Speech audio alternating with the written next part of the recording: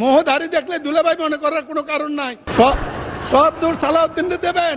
আমাদের মন্ত্রণালয় এখন অত্যাধিক ভালো মানুষ কাজ করছে, আর বিশেষ করে বৈষম্য বিরোধী আন্দোলনের নেতা আমাদের নুরুল হক নূর এখানে মন্ত্রী, তারাও যদি এই সমাধান করতে না পারে আমরা আর কার কাছে চাইব? সুতরাং আমি আশা করি মন্ত্রণালয় করলে এই ব্যাপারটি রোধ করা যাবে। ইউরোপে জমি এবং মুক্তিপণ এটি একটি বিরাট সংকট।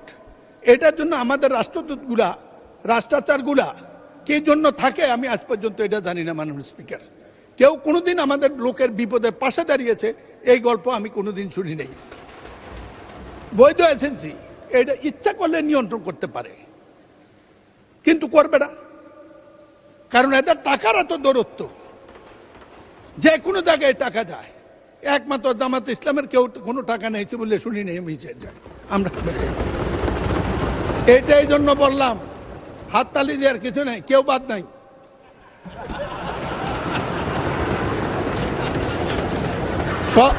সব দূর সালাউদ্দিন দেবেন। মোহধারী দেখলে দুলাভাই মনে করার কোনো কারণ নাই।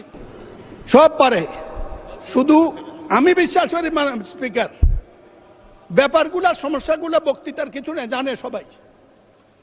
একটা মন্ত্রণালয় করছে, ডিজি অফিস করছে, বিরাট বিরাট বিল্ডিং করেছে, কিন্তু রিমিটেন্স যোদ্ধারা সাহায্য পায় কত পার্সেন্ট, এটা একটু হিসাব হওয়া উচিত।